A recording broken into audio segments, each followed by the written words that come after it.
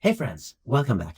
In this video, we'd like to use DAX in order to figure out the difference between sales on weekdays and on weekends.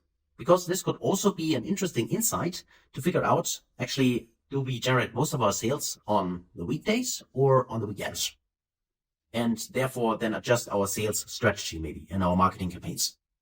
So to do that, I already created a new page. So in here, simply click on the plus symbol, or go to insert and then click on new page here. And as always, if you haven't done so far, press Ctrl S or the save disk just to make sure that you save your current progress.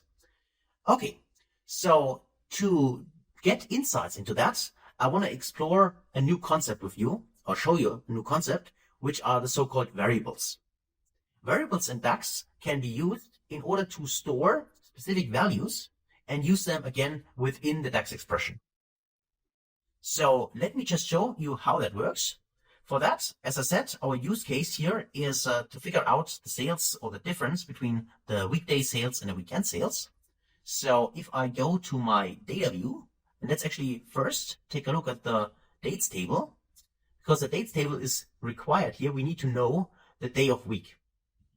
So the day of week will be used in our DAX expression. So it's required to know that, for instance, Sunday is 0, and in this case, where is it? The Saturday is 6, right? So Sunday is 0. Let me just check that actually. So if I go in here and just choose the number 6, just to see that, 6 in here, this is Saturday. Okay, so 6 and 0 are the numbers for the weekend. And the other ones are, of course, then the numbers for the weekdays. So Monday to Friday. So let me just remove this filter, clear filter, and go back to our report. That's the first thing we need to know. Now let's actually create our total sales on weekdays and the total sales on weekends. So let's right click on a measures table, create a new measure. And there's our measure. And let's call this total sales and then on weekends. Okay, like that, equals. And now the new concept. Variables in DAX always need to have a keyword which is called var. var, like that. This is a keyword, so whenever you use it, then Power BI knows, or DAX in this case knows, okay, you here want to define a variable. Each variable in Power BI always needs a name. So that means you type in var, then you can give it a name. For instance, weekends. And you can also see that whenever you use variables, Power BI automatically formats them in a different color, which is this green color. This is a kind of visual indication that this is treated as a variable. Now for that, I want to store actually, in this case, my dates, and only the dates which have been weekend. So where the day of week is either 0 for Sunday or it's 6 for Saturday. That means I can use the filter function because I want to filter a table. The table I want to filter is a dates table. So I can refer to dates here. So the dates table, where is it actually? Dates TBL, there it is. That's my dates table. And for the filter expression, I can simply use the OR function, you're probably familiar with from Excel, for instance. And then I simply check whether the day of week is 0 or 6. So that means that the day of week, say day of week, this one here, dates table day of week, this should be equal, in this case, to 0, which is Sunday. Or the second argument would be that the dates table, dates TBL, and then day of week here, this one is equal to 6, right? So it's either 0 or 6, and this is the filter which gets applied to the dates table. So that means only keep the rows where the day of week is 0 or 6, and this just means that keep only the Saturday and Sundays. So Sunday 0, Saturday 6. Okay, so this is now stored as a table because filter returns a table. Remember that, we have seen that. And the table is stored in weekends. Now we would like to use this table in our expression. And whenever you use variable, you need to use another keyword, which is called return. Return is required when you define variables because this gives Power BI then the indication that this is now what should be returned. This is what we would like to calculate. So in this case, the return will be the sum x. Sum X will iterate, in this case, over the weekends. So like that. Just to make sure I open this, I need to close the filter function. That's probably the issue here. Okay. So we want to return the weekends. You can see I can select it. So I can refer to the variable, to the table I've stored in weekends. And I want to sum up the values in this table for our measure, which is total sales. In my case, total sales. This one here. Okay, close this, and I'm good to go. So that's basically the measure I want to create, and I do this here based on variables. That's what we introduce here. And of course, as always, I can select all of this, Control-C to copy it. I go to my DAX formatter and just see whether it can make it better. Not always the case, but sometimes. So let's try that. Go to Format. And let's just see, that looks maybe a little bit better. So let me copy this and let's go back to my report in here. And let me just paste it inside like that. And I'll press enter. And I got my total sales on weekends. Now I need to do something kind of similar for the weekdays. So a good way for us to practice what we have learned here, to define variables and then to return something. So var return.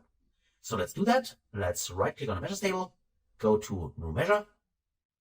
And I will say these are our total sales on now weekdays is equal to, go to new line.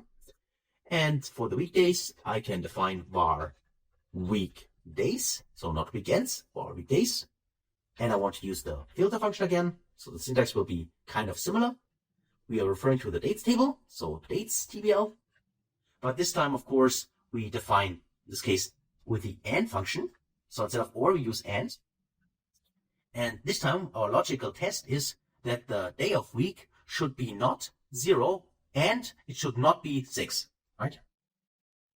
So let's say and then day of week, here this one, dates table of week, should be unequal simply by those indications, unequal to 0, so it's not Sunday.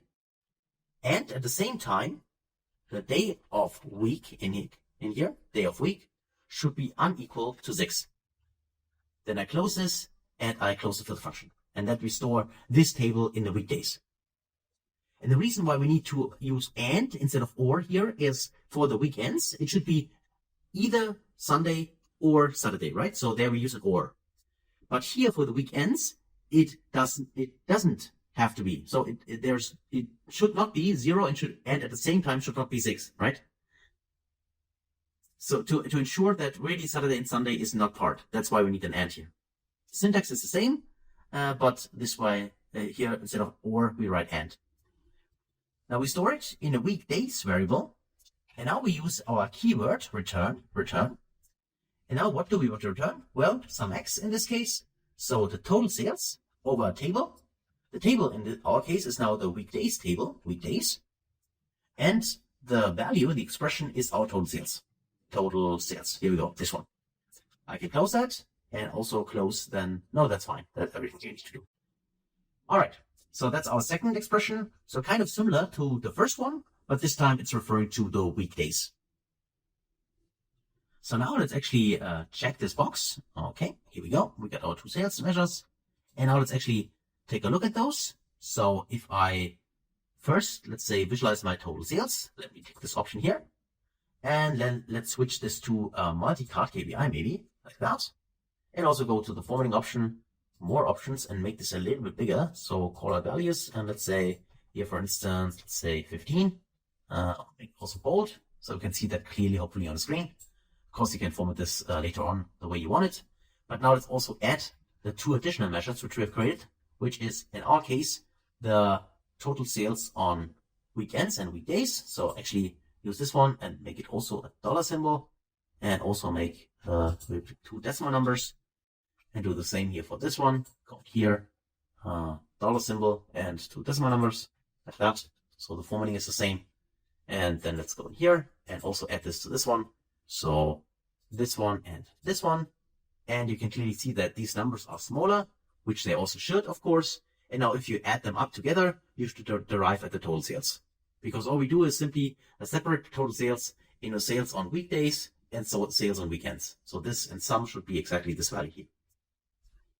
And it seems to be the case if I add this together. And you can clearly see that here, at least for this data set, here the sales on the weekdays are higher than on the weekends. On the other hand, of course, you need to be aware that the weekends are only 2 days, right? And the weekdays here are actually 3 to be precise, because remember, we have 2 days during the week in our data set where we do not create any sales for this specific case. Just want to mention this as well. But in total, you can see that this gives us already insights in when the sale is actually taking place. And of course, you can create another visual, for instance, simply showing the weekdays. We have done this as well. And then just display the sales amount and see and figure out, for instance, how many sales have been generated. And is there an important difference between weekdays and weekends. You can also visualize this in a bar chart. Of course, I know that. But the main purpose here was not necessarily to see how we can create different DAX measures for weekday sales and weekend sales, but rather to introduce the concept of variables. And you've seen that they are actually quite easy to do or to create. All you need to do is make sure that you use the var keyword, give it here a name, and then you store any kind of expression inside. In this case, we store in here a table, because the filter returns a table, but I could also store a value inside. So I can also, for instance, say var sales equals total sales, so the measure. I could also store a measure in a variable.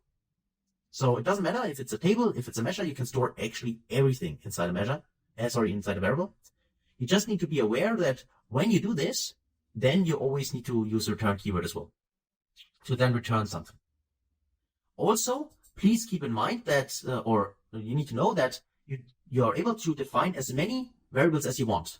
So in our case, we use here 1 variable, but I could go in here and say, here, create my next variable, var, like that. I should spell it correctly, var, and then ABC, and that's my next variable, and I can store something inside. And also, all the variables I create here, I do not have to use them in a return. So even though I specify a variable like this one, here ABC equals, for instance, 10, right? I store a value inside, I can do that, but I don't have to use this value in my return keyword. Probably most often I will use it and insert in some way, but I don't have to. So that's actually an introduction to the variable itself. So as a takeaway from this lesson, you can create variables inside your DAX expression. They can help you, well, easily define your code, maybe make it also easier to read. They could also improve performance in certain ways. You can store anything you want in a variable, either a table or a simple value, like for instance 10 or total sales, so a measure. And whenever you define variables with the var keyword, you always need to use return keyword to return something. So that's the takeaway for variables. And that's actually it for this video. So let me just remove this for now. Then let me store it. And this is actually also then available later on in a report if you want to download it from the resource section. So that's it for the introduction. Hopefully that was helpful and you were able to understand that. Also, feel free to try this out yourself. And otherwise, as always, thanks a lot for watching. And I can't wait to see you in the next video. Until then, best guys.